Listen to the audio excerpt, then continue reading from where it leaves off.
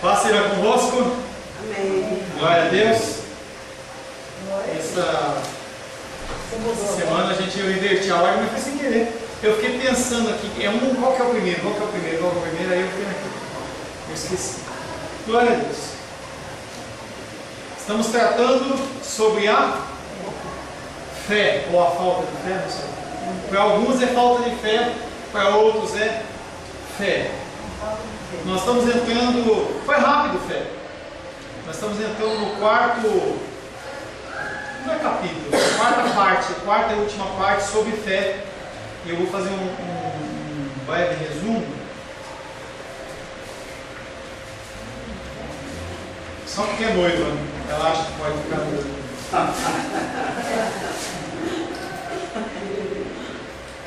Olhem para que a Carol ache um apartamento aqui no Guará, bem pertinho, barato.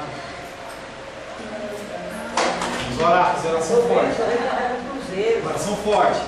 Esse negócio de cruzeiro, cruzado, esse negócio aí, as moedas não mudam. Melhor ficar por aqui no Guará, né? Fé. Só fazendo um breve resumo.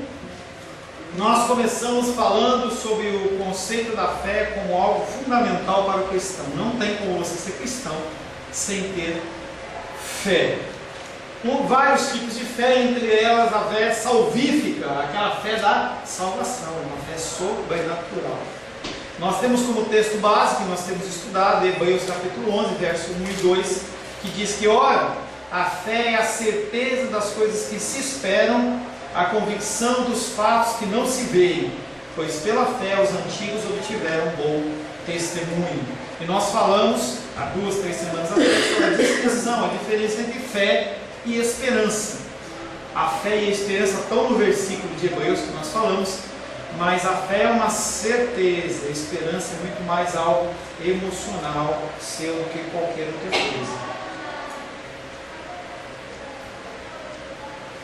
No entanto, quando a Bíblia fala de esperança, ela não se refere a um desejo. A esperança é como se fosse um desejo. A gente usou alguns exemplos na época que a gente usou. Você pode ter esperança de que hoje não seja um dia tão quente como foi ontem. Está quente, não está? Calorzão, está forte. Lembrei da Glenda ontem. Vai abrir do lado da minha casa, fechou uma borracharia lá, um negócio lá, e abriu um bar. Ontem foi até as 4 horas da manhã, e o povo gritando e pulando, e eu falei, misericórdia. Eu estava com um tampãozinho de ouvido e tudo, mas não deu, não. A noite foi difícil.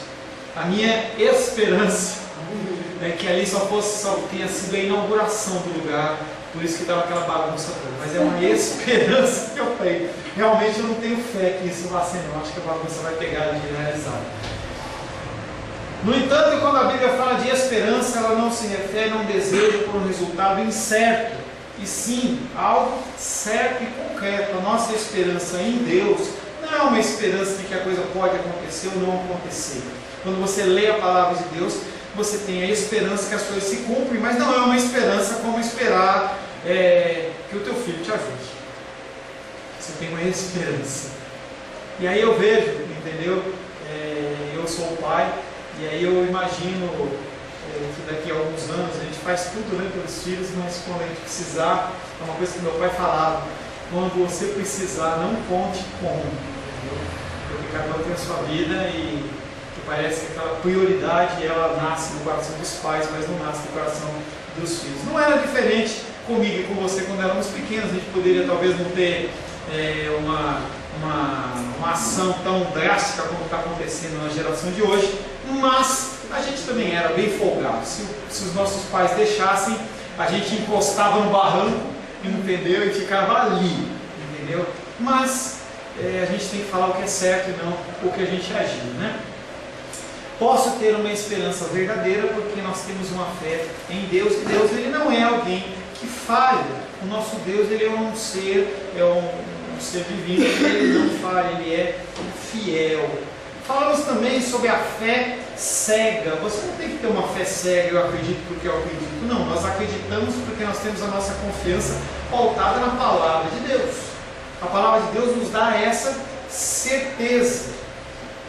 Nós falamos também que a fé ela vem pelo ouvir, e ouvir a palavra de Deus. Nós vamos falar especificamente a respeito desse tema quando a gente entrarmos na matéria, enquanto eu finalizo o resumo.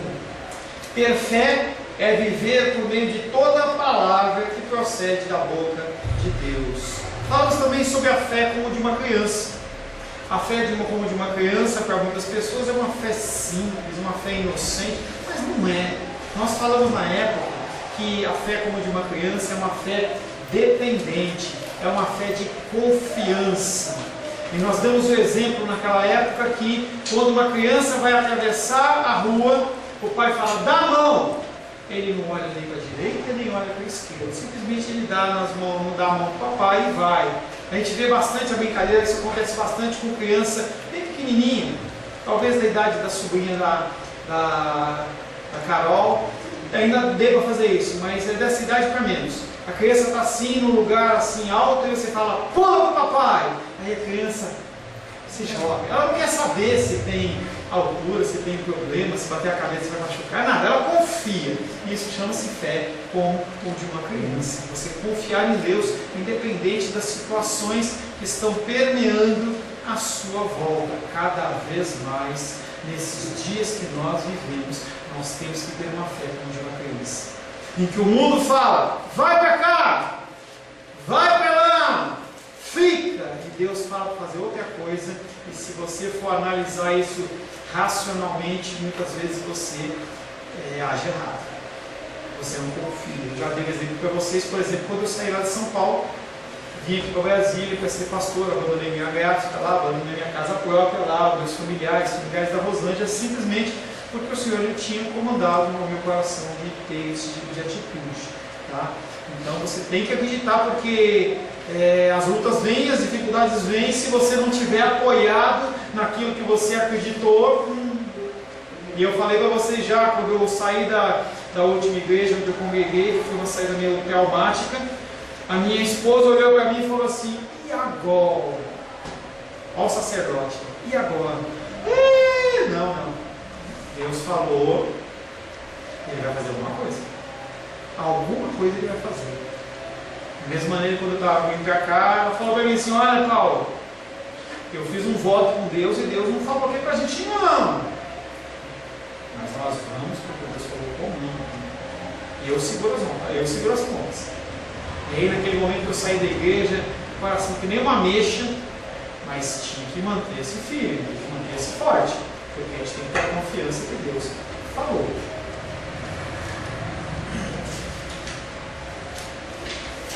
Depois da gente fazer aquela breve introdução, nós falamos sobre exemplos da fé. Nós falamos sobre uma série de homens que mostraram a sua fé. Noé foi um dos homens que a gente citou, não vou falar todos, mas Noé, por exemplo, foi um homem que demonstrou a sua fé. Um homem que não só construiu uma arca, mas ele por 120 anos, é tempo, hein? Quantos anos você tem, meu Cláudio?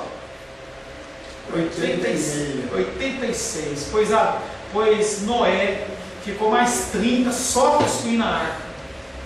Imagina 120 anos construindo a arca. E cada vez que ele batia um martelo, cortava uma árvore, fazia alguma coisa, ele estava mostrando para aqueles homens o que é ter fé. Com certeza as pessoas chegaram a ele, falaram que ele era louco, e ele teve a oportunidade de falar do recado que Deus deu, e as pessoas simplesmente 120 anos pregando a mesma mensagem.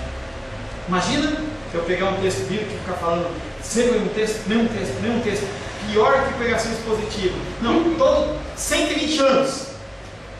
Já sei, pastor. Eu lembro quando a gente começou a pregar dessa maneira lá em. Você precisa estar grandinho. Lá no lote da Gilda.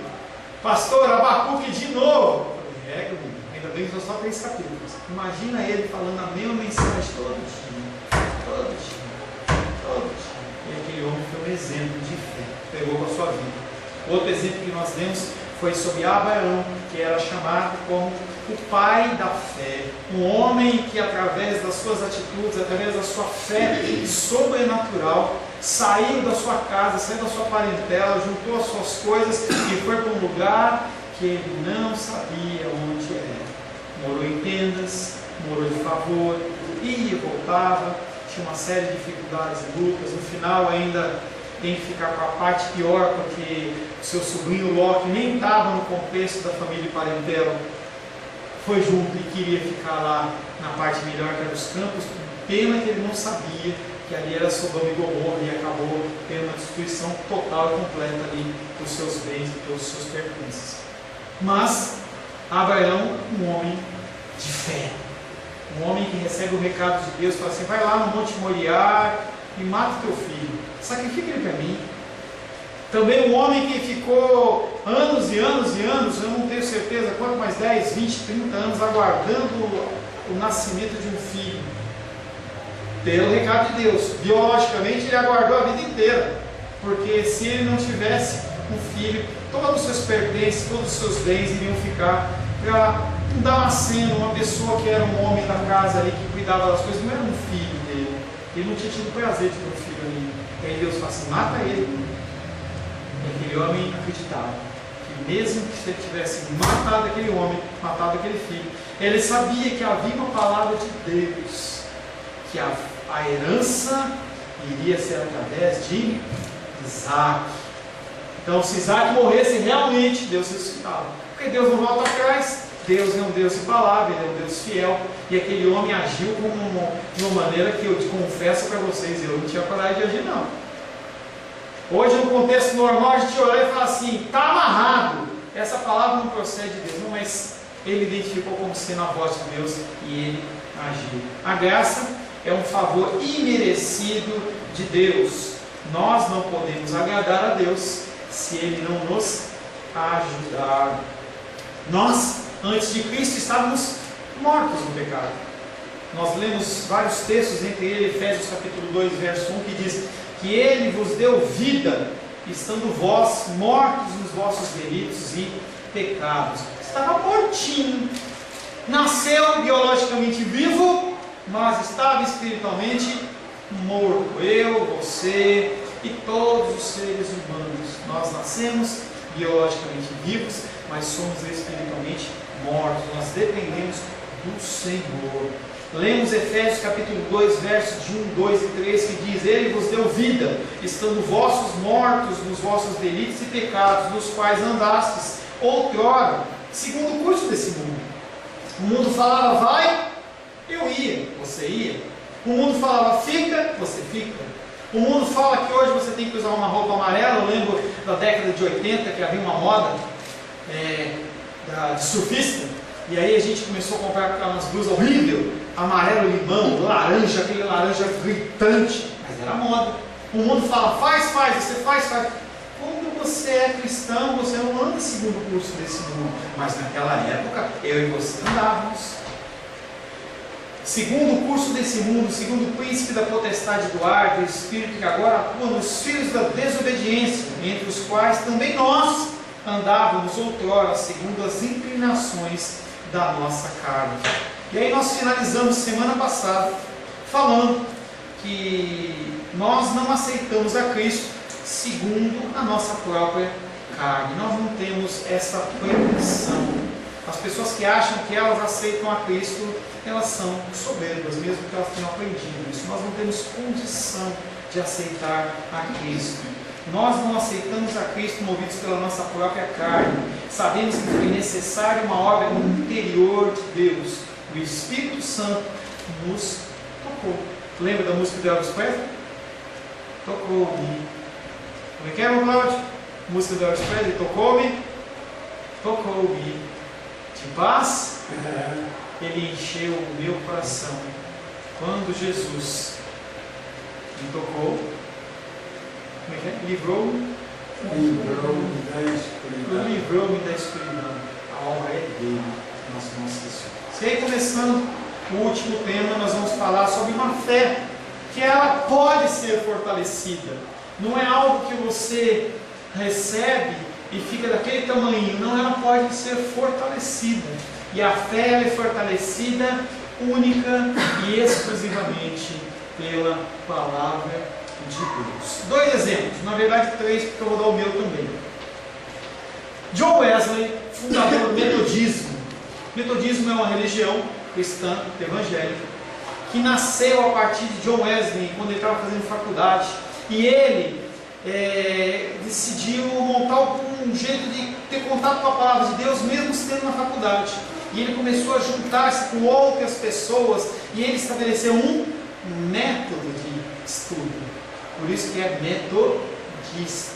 E eles tinham reuniões frequentes. Você precisa ter o seu método, ou o seu jeito. Olha, eu faço tal coisa, faço isso, faço aquilo, ou eu acordo mais cedo, que nem. Nas segundas e quartas-feiras, a menos que eu esteja muito cansado, naturalmente eu saio para fazer minha caminhada. Por isso, eu adianto o meu relógio em meia hora e acordo 5h30 da manhã.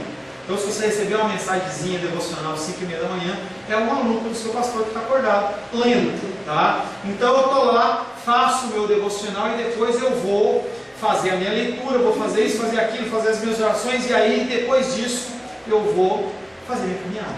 É o meu método, é a minha prática, a minha metodologia, para que eu saiba, eu vou acostumar meu corpo com isso. Porque se eu sair dessa forma, aí eu falo, não vou ficar deitado, eu faço assim, eu sei que eu tenho que fazer isso, agora quando chove, aí é problema, porque quebra o meu método.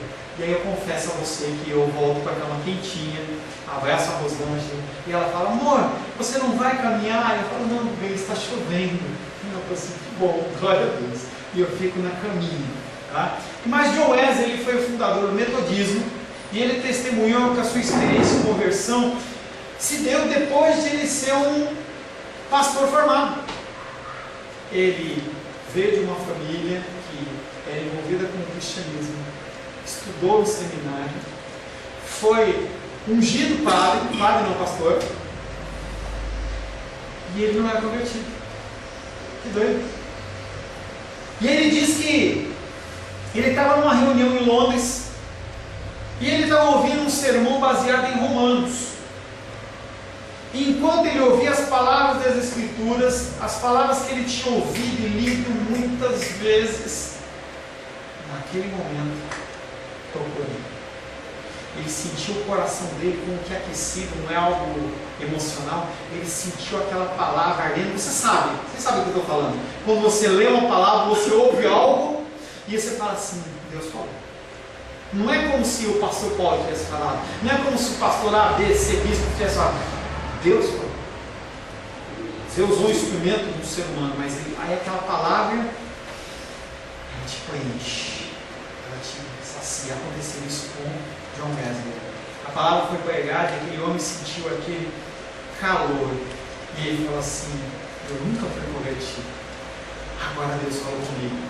Já aconteceu isso com Jó. Lembra de Jó?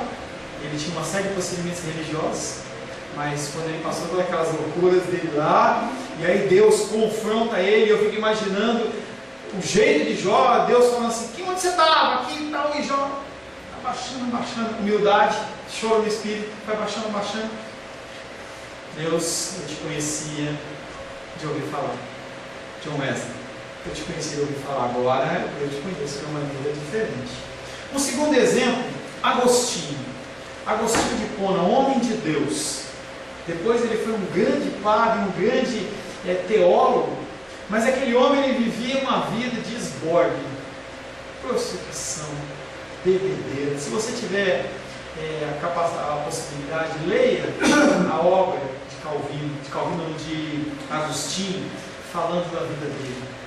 E aquele homem que se achava um salvo, achava que estava tudo certo, era um cristão, ele tinha uma vida religiosa normal, mas ele saía na sexta-feira com a mulherada, gastava o dinheiro dele com bebida e tudo mais. Quando chegava no dia do Senhor, ele separava um tempo, ele aparentava como se fosse um cristão. E aí, um dia desses, ele estava sentado e ele começou a ouvir uma criança brincando no jardim. E a criança cantarolando, ela falava, me perdoe pela, eu não sei latim, tá? Então eu vou falar. Tolilede. Aquela criança ficava tolilede. O que quer dizer? Pega e lê. E eu sei que aquela criança ficou tolilede, aquele homem lá. E ele levantou os seus olhos. E ele estava vendo mais uma vez o texto de Romanos. Da mesma maneira que o Wesley, ele observou e viu o texto de Romanos, ele falou assim, vou ler. Abra aí, Romanos capítulo 13, verso 13 e 14. Olha o tapa na cara que esse homem tomou de Deus. Que nem eu com Provérbios aquele dia. Romanos quê? Capítulo 13, versos 13 e 14. Você pode ler, irmão Cláudio, por favor? Qual livro? Romanos.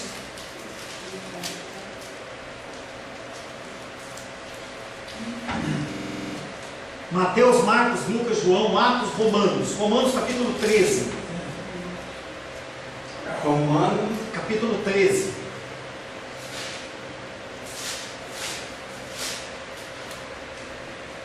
Versos 13 e 14.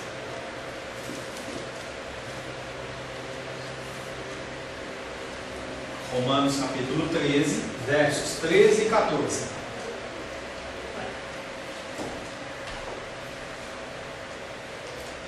Toda alma esteja sujeito às autoridades superiores.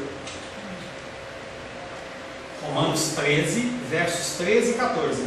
13 e 14.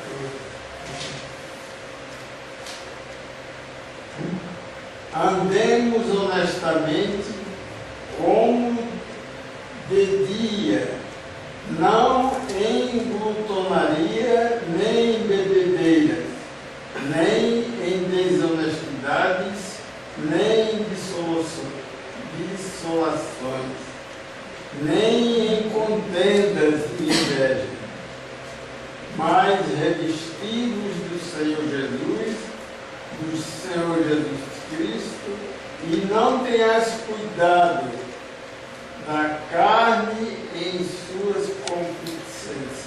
Na minha versão, andemos dignamente, como em pleno dia, não em orgias e bebedices, não em imundícias, em dissoluções, não em contendas e ciúmes, mas ao invés disso, frase minha, mas revestivos do Senhor Jesus Cristo, e nada disponhais para a carne no tocante às suas concupiscências. Aquele homem que achava que estava tudo certo, vivendo do jeito que ele vivia, Deus vem e dá um tapa na cara dele, fala para ele assim: olha, anda dignamente, cara, larga a prostituição, larga a perversão sexual, larga a bebida.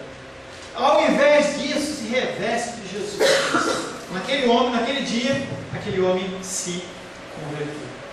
E aí eu, passando muita luta, muita dificuldade, comecei a estudar, comecei a buscar o Senhor, e na verdade eu congregava numa igreja onde a minha irmã era membro há muito tempo, e conforme eu cheguei, as pessoas acharam que eu já era crente. Ninguém me perguntou se eu era crente, ninguém me discipulou, ninguém falou nada para mim, simplesmente eu fui ficando, já peguei ministério, vamos aí, né? Porque eu aprendi a linguajar cristã. Eu falava a paz do Senhor, eu falava graça e paz, falava glória, falava está amarrado. Então eles olhavam e falavam assim: o cara já é crente, né? É crente. Aí eu lembro que uma vez eu estava numa reunião, semelhantemente esse John Wesley, e aí eu sei que o pastor ele começou a falar sobre posição em Cristo. O que é ser realmente um cristão? E eu olhei para aquele homem falando, já estava como intercessor nas laterais, sabe que fica a mãozinha assim? Estava como intercessor, e eu olhei e falei assim: epa, eu não sou crente não, eu nunca confessei Jesus Cristo como meu Senhor e Salvador. Eu simplesmente cheguei na igreja e fui ficando. Eu sei que mais do que uma atitude religiosa, aquilo me deu um calorzão. Eu falei assim: eu tenho que ir lá para frente. E aquele homem chamou as pessoas lá, e eu falei, as pessoas não entenderam nada. Eu sei que eu fui lá e eu aceitei Jesus Cristo como meu Senhor e Salvador, como uma confissão pública, e eu senti uma grande diferença. Essas experiências de conversão, embora diferentes, têm uma coisa em comum: o papel da palavra de Deus. Eu posso fazer uma reunião de evangelismo, estar com 1000 pessoas, 2000, 100 mil, 500 mil pessoas, fala assim: aceita Jesus, as pessoas levanta a mão, a gente vê isso demais. Só que as pessoas vão e vêm, ninguém se converte coisa nenhuma. Ali foi apenas uma decisão emocional, não mudou absolutamente nada. Muitos milhares, talvez milhões de crentes também possam testemunhar como o Espírito Santo agiu em suas vidas por meio do poder penetrante e eficaz da palavra, mas também uma outra grande quantidade podem testemunhar que eles estão na igreja de corpo presente. nunca tiveram uma experiência verdadeira com o Senhor. Não estou falando de um anjo, não estou falando de nada, eu estou falando de algo que te dá uma certeza. É como se você tivesse o barco, quando ele está navegando e você quer parar, você lança a âncora. É como se você soubesse que você pode andar para onde você quiser, mas a tua âncora está fincada lá atrás. É uma certeza. Não é algo que você pode explicar em equações matemáticas, não é algo que você pode fazer uma receita de bolo, mas é uma certeza do seu coração. As Escrituras, elas são a chave no processo pela qual o Espírito Santo dá e fortalece a fé dos cristãos. Na semana passada, quando nós examinamos Efésios capítulo 2, Paulo mostra que a fé, ela é um dom de Deus, não é algo que você compra. Você não pode chegar para o pastor Paulo e falar: pastor Paulo, eu quero 1 quilo de fé. E aí eu pego e te dou 1 quilo de fé. Não, mas você dá risada, mas as pessoas acham que é assim. Elas acham que elas podem adquirir a fé, sendo que a fé, ela provém de Deus, ela é um dom de Deus. No primeiro capítulo de Efésios, Paulo, ele faz uma ligação da eleição divina com a nossa adoção por Deus. Os versículos iniciais de Efésios dizem, abre aí, Efésios capítulo 1, Efésios 1, nós vamos ler do verso 3 até o 6. Efésios capítulo 1, versos 3, 4, 5 e 6. Quem encontrou, leia por gentileza. Bendito Deus e Pai de nosso Senhor Jesus Cristo, que nos tem abençoado com toda sorte de bênção espiritual nas regiões celestiais de Cristo, assim como nos escolheu nele antes da fundação do mundo, para sermos santos e irrepreensíveis perante ele, e em amor nos predestinou para ele, para a adoção dos filhos por meio de Jesus Cristo, segundo o beneplácito de sua vontade, para louvor da glória de sua graça, que ele nos concedeu gratuitamente no amado. Bendito o Deus. Vai ler de novo, pastor, eu vou, porque quanto mais eu ler, mais grava na sua cabeça. Bendito Deus e Pai de nosso Senhor Jesus Cristo. Ele nos abençoou com toda sorte de bênçãos espirituais nas regiões celestes em Cristo. Não foi você, foi Ele. Assim como nos escolheu, que nem você escolhe uma laranja, Ele escolheu nele, em Cristo, antes da fundação do mundo. Não é uma coisa que é temporal, é atemporal, para sermos santos e reconhecidos perante Ele, e em amor Ele nos predestinou para Ele, para a adoção de filhos por meio de Jesus Cristo, segundo o beneplácito da sua vontade, segundo a bondade da sua vontade, para louvor da glória da sua graça. Não é para que você seja feliz, é para que o nome dele seja glorificado, e que ele nos concedeu gratuitamente, não tem como você comprar, a partir de Cristo, chamado de o amado. A eleição é a soberana obra predestinadora de Deus, a expressão suprema da sua misericórdia e graça. É o ato pela qual desde toda a eternidade Deus determinou fazer em Cristo com que muitas, e infelizmente para o meu coração e o seu coração, não todas, mas muitas pessoas fossem feitas feitura sua, preparadas para serem conformadas. Aí você lembra do exemplo da forma. Tem a forma do bolo quadrado, da bolo quadrado, bolo redondo, da redondo, e a forma de Cristo é a forma da cruz, é a forma de sofrimento, é a forma de sofrimento e tristeza. A eleição é a soberana obra predestinadora de Deus. Deus determinou fazer em Cristo com que muitas pessoas, e não todas, fossem feitura sua, para serem conformadas à imagem de Cristo para a sua glória, de acordo com a sua soberana vontade e seu plano de nos tornar aceitos diante de si mesmo.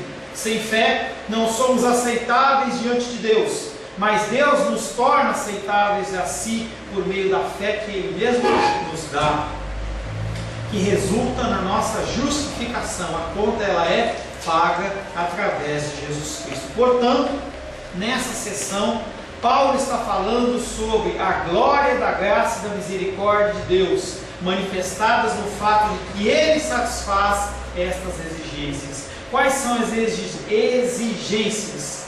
Exigências de ser santo, puro. E a palavra de Deus diz: quem subirá ao santo monte do Senhor para o adorar? Aquele que tem mãos limpas. Mãozinha suja, hein? Coração puro, coração pecaminoso. E aí segue uma descrição. E eu espiritualmente eu vou fazer assim, não, porque eu não lembro de cabeça, então está parecendo que eu deixei. Não, eu não lembro disso. Tá? Não há como eu e você nos apresentarmos perante Deus de forma aceitável. De uma maneira extremamente menor. Imagina a Carolzinha se preparando para o casamento dela. Imagina ela fazendo isso sozinha. Tá o vestido de noivo, bonito, lindo lá, pendurado, entendeu? Ela com a cara lavada e ela vai se preparar para o casamento. Ela precisa de ajuda. Essa ajuda, num contexto infinitamente maior, é como eu e você como noiva, precisando ser preparado para ser apresentado para o noivo de Deus. A Carol não vai aparecer lá de bermuda, não vai aparecer lá de calça jeans e com a cara lavada, com o cabelo acabou de lavar e está lá todo jogado assim, com um coque. Não, ela vai toda bonitona. Você vai ter o prazer de ver a Carolzinha casada. Não sei se vai ser agora, se vai ser em outubro, mas vai ser, entendeu? Vai ser lindo, tá? Vai ser lindo, no tempo do Senhor, tá? Nós também temos que nos apresentar lindos para o Senhor. E essa preparação, nós não conseguimos nossa condição por nós mesmos. Nós precisamos dele. Ele nos faz aceitáveis. Efésios 1:13. Efésios capítulo 1, verso 13. Em quem também vós, depois que ouvistes a palavra da verdade, o evangelho da vossa salvação, tendo nele também crido, fostes selados com o Espírito, com o Santo Espírito da promessa. Em quem também vós, eu não excluo.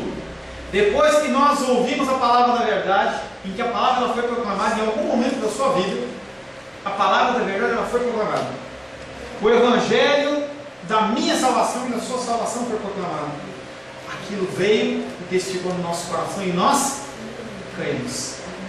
Nós cremos. A partir daquele momento nós somos selados. O Espírito Santo ele vem e passa um óleo espiritual, que não é um óleo meu ou seu, mas ele vem e sela a sua testa ou qualquer parte do seu corpo. Não sei como é que é esse selo. Eu sei que você é selado. O rei poderia mandar uma carta para um outro rei ou para um outro lugar, ou um clérigo. Ele pegava e colocava o seu selo, colocava aquela cera na borda do envelope, e aí ele apertava assim, ficava a marca. Quando a pessoa que estava recebendo aquela correspondência recebia, ela olhava o lacre. O lacre está rompido? Não. Então o que está lá dentro, ele é fidedigno, é fiel. Tá? Imagina Deus selando você. Ele foi e te selou. Então, o inimigo olha e fala: nesse eu não posso tocar. Eu posso ir até onde Deus deixa, mas eu não posso fazer.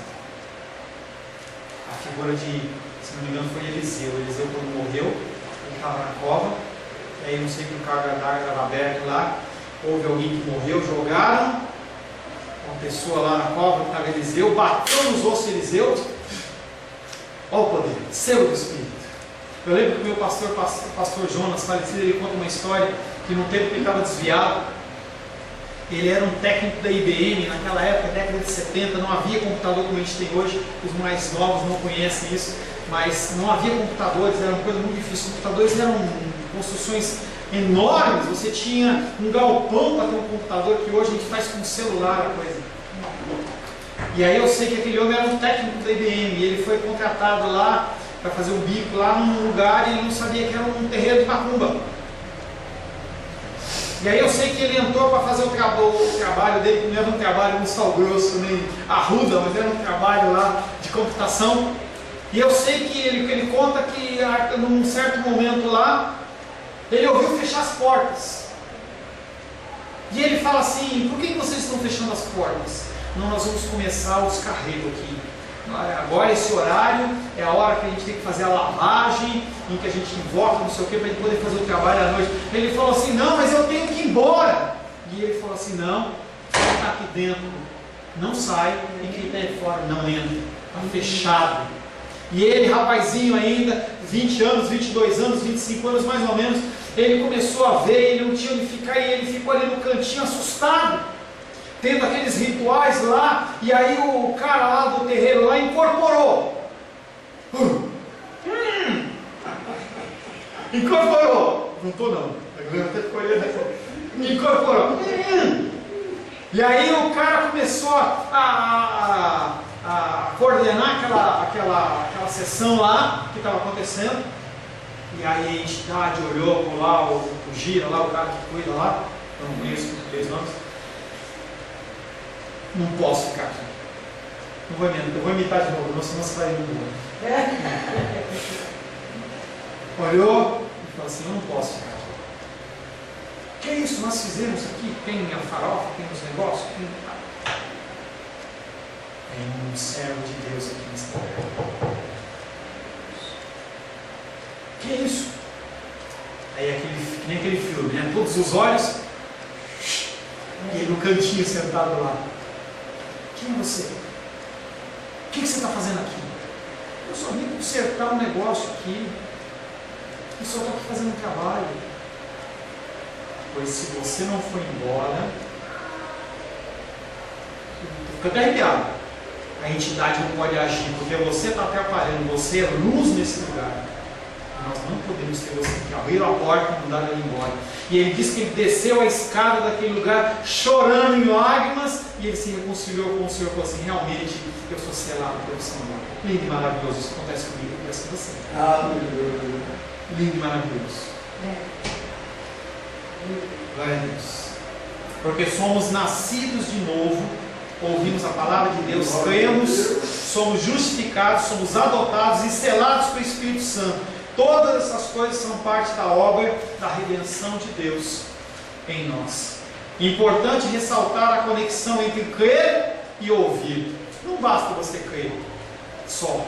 Não basta você só ouvir. É algo que caminha junto. No capítulo anterior nós falamos sobre a fé salvadora. Não é uma fé natural, é uma fé sobrenatural, uma fé salvífica.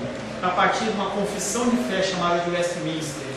A afirmação diz: a graça da fé pela qual os eleitos são capacitados a crer para a salvação da sua alma é uma obra do Espírito em seus corações. O Espírito Santo ele age no meu coração e no seu coração. Você não tinha o que fazer, mas ele faz. Vocês têm que... Eu tenho o privilégio de conversar com as pessoas em gabinete. E aí as pessoas elas abrem o seu coração quanto à sua história. Gente, se a gente fosse começar a trazer aqui na frente, tem esse pequeno grupo aqui, trazer aqui na frente para vocês começarem a contar as histórias das conversões, das coisas, a gente ia se emocionar muito. Porque o Senhor ele livrou cada um de uma forma especial. Alguns de uma forma, uma religiosidade, uma religião pagã, outro em bebida, outro em drogas, outra em situações de acidente, de morte. O Senhor ele nos livrou. Mas a afirmação não termina aqui, ela prossegue, dizendo que ela é operada através do ministério da palavra. Romanos 10, 17. Romanos 10, 17. Lê para nós esse por favor. Romanos capítulo 10, verso 17. Só a leitura para a gente finalizar. E assim a fé vem pela pregação, e a pregação pela palavra de Cristo. E assim a fé vem pela pregação, e a pregação pela palavra de Cristo. A fé ela não vem por você subir no monte, não vem por você fazer campanha, mas a fé vem pela palavra de Deus. Amém? Semana que vem a gente vai estar falando um pouco mais sobre esse versículo, em nome de Jesus. Senhor, queremos agradecer ao Senhor pelo dom da fé que o Senhor nos concede, pela tua graça, pela tua misericórdia.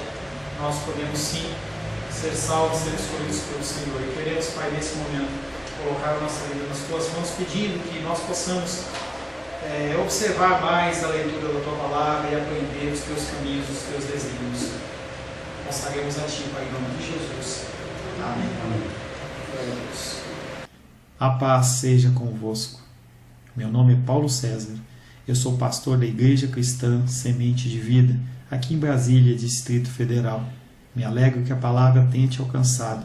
A palavra faz isso. Ela alcança as pessoas aonde quer que elas estejam. E você foi agraciado com esta palavra. Não que eu tenha nada especial a te dizer. A palavra ela é suficiente e ela usa quem ela quer. E eu me alegro por ter sido um canal para poder te abençoar. Mas eu quero te dizer que não basta você ser um ouvinte. Não basta ser uma pessoa que se alegra quando você ouve a palavra de Deus. A vida ela é feita de decisões. Se você está ouvindo esta palavra hoje, eu creio que o Espírito Santo tem um propósito especial com você. Muito mais do que prosperidade, muito mais do que uma cura física, uma cura emocional ou espiritual, Ele quer te alcançar para a vida eterna. Nós investimos nosso tempo, nós investimos as nossas forças em coisas terrenas, mas o Senhor ele tem muito mais a oferecer. Ele tem sim para você a cura, Ele tem sim para você a prosperidade, mas Ele tem muito mais que isso.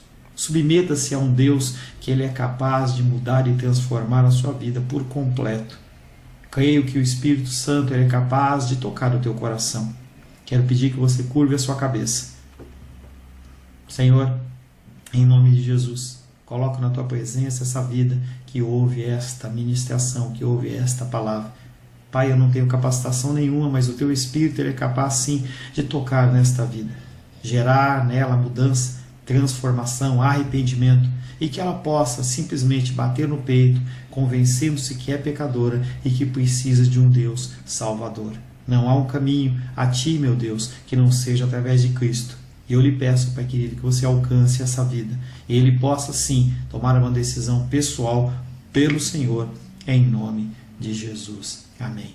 Amém, meu querido. Amém, minha querida. Fico contente que você esteja ouvindo essa ministração até o fim. E peço que você não se limite a ouvir os cultos pela internet. Você procure perto da sua casa uma igreja, um lugar que proclame a palavra do Senhor. Eu oro para que o Espírito Santo te direcione nessa busca, porque muita coisa tem sido oferecida que não é o Evangelho. Eu abençoo a sua vida em nome de Jesus. Amém.